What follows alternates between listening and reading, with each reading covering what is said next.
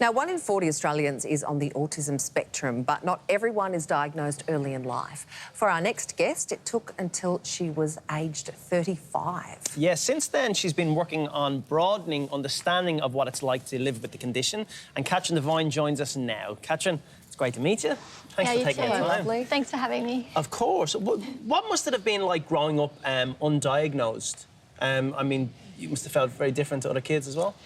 Yeah, it was definitely strange. So I was very quiet and I had no social skills, and I was just kind of following the more capable kids. And as a girl, I was just latching onto somebody that, like, friends that would help me along socially. But I honestly, it was a bubble of confusion. Like, I didn't know what to do socially. And yeah, social cues were a big thing.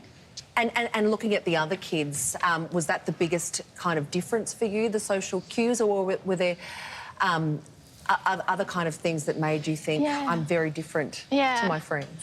I was a massive loner, so I would never stay over I'd get invites to stay over at kids' houses. I would never want to do it. And I didn't make lasting friends because I wouldn't go out and play or do anything like that, because I wanted to be in my own hobbies, in my own room, and just enjoy my own company, and I was quite happy like that. But that seemed odd to sociable kids. Yeah. Was your family quite quiet?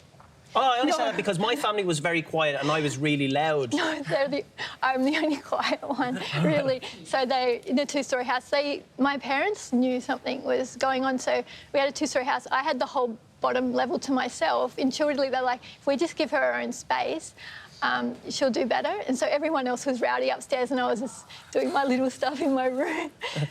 So obviously the social interaction stuff was a big thing for you. Yeah. You've also, you also have some challenges when it comes to your senses as well. Yeah, so sensory problems for me is probably the biggest challenge. I know there's good things about being on the autism spectrum, and the challenges for me are the sensory problems, like bright lights and noise, even quiet TV, anything like noises. It's a big challenge. And it's actually a really big deal for you to be sitting here under these glaring lights today. Yeah, Thank you for coming I've in. really ticked a bucket list item off here right now. Are you feeling okay? Yeah, I'm feeling good. I mean, Channel 10 are amazing. That through the whole process here, just so beautiful. Aww. Everybody's so nice. So after being so confused for such a long time and not feeling like you fit in and not having a reason, what was it like to get that diagnosis? It was actually amazing, and I'm really pro-diagnosis, because before, and not knowing what to do and having no support because no one really knows how to help you,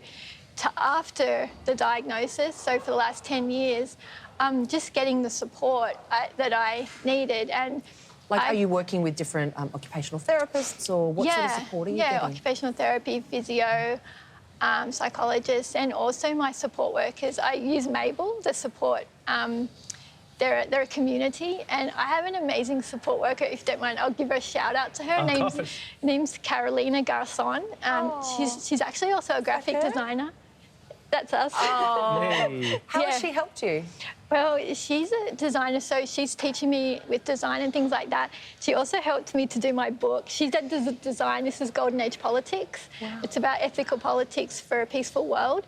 That's my latest book. And she has just given me so much support, not just in design, teaching me how to design, but just confidence and, just about helping me along the journey of that. So with being in the public eye, and I mean, obviously coming on TV is huge for me. It's a huge deal, because it can be quite overwhelming. Yeah, and that's what's good about support workers. They are there with you through the whole journey, and the thing about Mable is they seem to attract really nice people. Which is what I was very interested in knowing how the people in your life are different now, since, maybe not different, but since you had the diagnosis. Is it a case now that you're receiving more help, or just it's more of an understanding now of what's happened?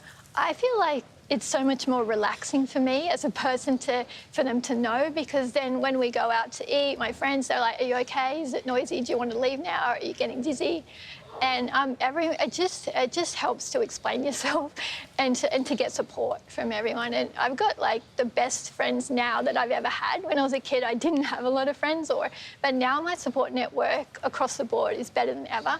So yeah, that's awesome. Good. Yeah. You are such a remarkable woman. I was so surprised as well to read that women are often diagnosed later in life simply because we tend to be better at hiding those symptoms and traits much earlier in life. But when you got your diagnosis, your family, how did they react to that diagnosis? Everyone's like, well, I think a few of them like, yeah, we thought so. So it was like a missing puzzle piece in a way? Yeah, and everyone's like, oh, okay. And we're all like putting the pieces together. And, you know, we looked back on family photos yesterday in preparing for this, and it's like, yeah, that makes sense. Like, you showed a picture of my little rabbit. I carried that rabbit with me till I was embarrassing, like 21 or something.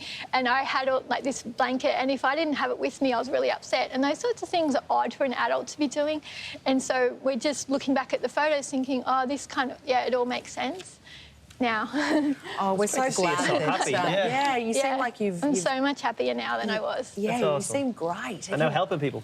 Yeah, if you want to find out more, you can go to mable.com.au. Katherine, thanks for joining us this morning. Thanks for having me. Well done under these bright lights. Thank you. You did good.